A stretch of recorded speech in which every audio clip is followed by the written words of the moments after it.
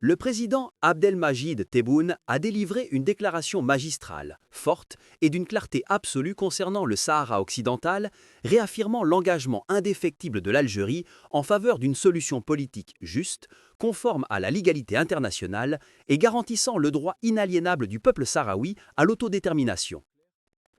Ce n'est pas une simple prise de position politique, c'est la confirmation d'une continuité historique et le renouvellement d'un serment national. Pour l'Algérie, la question sahraoui n'a jamais été un outil de pression ou une manœuvre diplomatique passagère, mais une cause de libération nationale, parfaitement alignée sur les valeurs fondatrices de la Révolution de novembre.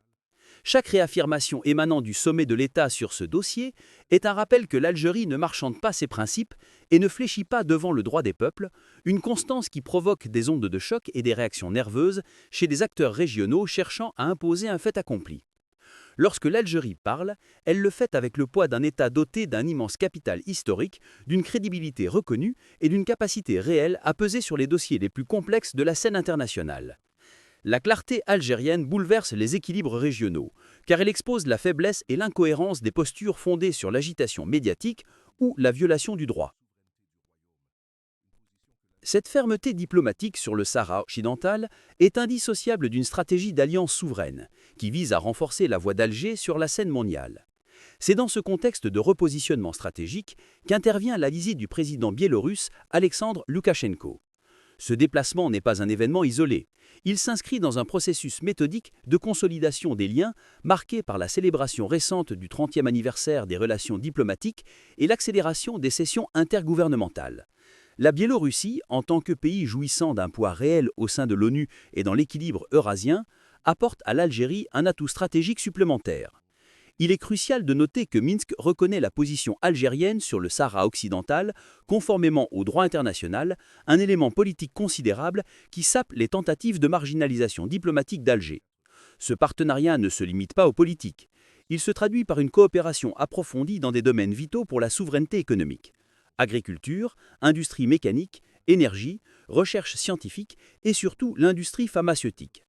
L'Algérie, après avoir démantelé des monopoles déséquilibrés et réorganisé son secteur du médicament, cherche des partenaires technologiques fiables pour atteindre la souveraineté sanitaire et productive.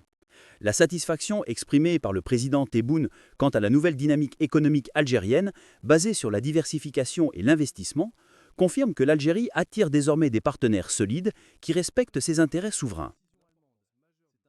L'Algérie est l'alliance fulgurante. Loukachenko confirme le poids d'Alger. Est-ce la fin de l'isolement tenté par les adversaires?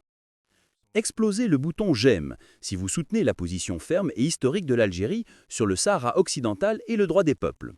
Abonnez-vous et activez la cloche pour ne jamais manquer une analyse sur la stratégie souveraine de l'Algérie et ses alliances. Partagez cette information stratégique. Montrez au monde comment l'Algérie impose le respect par la constance de ses principes. Écrivez en commentaire. La nouvelle alliance avec la Biélorussie est-elle une étape décisive vers la diversification algérienne? Que signifie la clarté d'Alger pour l'ONU? Votre avis renforce notre débat.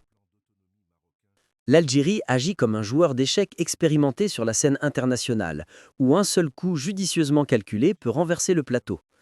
La réaffirmation de ses constantes sur le Sahara occidental, couplée à l'accueil d'un allié stratégique comme la Biélorussie, envoie un message clair.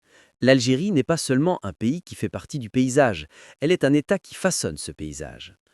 Les discussions entre les deux présidents se sont étendues aux grandes questions internationales, notamment la question palestinienne, où Alger maintient sa position de principe: aucune paix sans un règlement juste, la restitution de tous les droits du peuple palestinien et l'établissement d'un État indépendant avec Jérusalem pour capitale dans les frontières de 1967. Cette cohérence morale fait de l'Algérie une voix incontournable et respectée, notamment au Conseil de sécurité de l'ONU, où sa présence résonne avec clarté. Concernant la crise russo-ukrainienne et la situation en Libye, les deux dirigeants ont réaffirmé la nécessité de promouvoir le dialogue et la négociation comme seule voie pour parvenir à une solution pacifique conforme à la Charte des Nations Unies. Ce rôle croissant dans la défense des solutions pacifiques renforce la place de l'Algérie sur la scène internationale comme médiateur crédible et acteur de stabilité. La doctrine Tebboune est celle d'une puissance régionale non alignée qui refuse de se laisser enfermer dans des blocs idéologiques. Elle se fonde sur la capacité à créer des synergies durables et à négocier sur plusieurs tableaux, tirant parti des rivalités mondiales tout en préservant son autonomie stratégique. L'Algérie est consciente que la fragilité de l'influence des grandes puissances traditionnelles crée un espace plus large pour l'initiative diplomatique des États souverains. En s'inscrivant dans cette nouvelle dynamique, l'Algérie saisit chaque occasion pour renforcer son autonomie et sa résilience, que ce soit à travers l'affirmation de son identité en Europe, comme le grand symbole de la mosquée de Paris mentionné dans le script original, ou par la consolidation de ses chaînes de valeur globales, énergie, technologie, agriculture. L'Algérie avance méthodiquement. Elle ne subit pas le changement, elle le façonne. Cette transformation profonde ne se limite pas à la sphère diplomatique, elle touche l'économie, les appareils médiatiques et les opinions publiques, qui sont désormais plus informées et plus exigeantes quant à la défense des intérêts nationaux. L'évolution actuelle est également marquée par une intensification des rivalités régionales où la bataille narrative est devenue centrale. Les adversaires de l'Algérie tentent d'utiliser les réseaux sociaux et les plateformes numériques pour déstabiliser ou amplifier des polémiques. Or, la cohésion interne algérienne et la maturité politique des citoyennes qui exigent transparence et cohérence sont les meilleurs remparts contre ces manipulations. L'Algérie a appris à naviguer dans ce contexte d'hypermédiatisation en privilégiant les résultats tangibles, investissements, réformes, alliances solides, plutôt que les discours creux. La visite du président Loukachenko avec son fort contenu technologique et industriel illustre parfaitement cette approche. Les partenariats ne sont plus basés sur une logique de dépendance héritée du passé, mais sur des critères d'efficacité, de réciprocité et de souveraineté. L'Algérie entre ainsi dans une nouvelle phase où elle ne se contente plus de maintenir ses lignes rouges, mais les impose comme des standards de respect et de crédibilité sur la scène internationale. Cet État souverain ne se vend pas, ne se soumet pas et exige le respect par la constance inébranlable de ses positions, garantissant ainsi un avenir de stabilité et de prospérité non négociable pour le peuple algérien.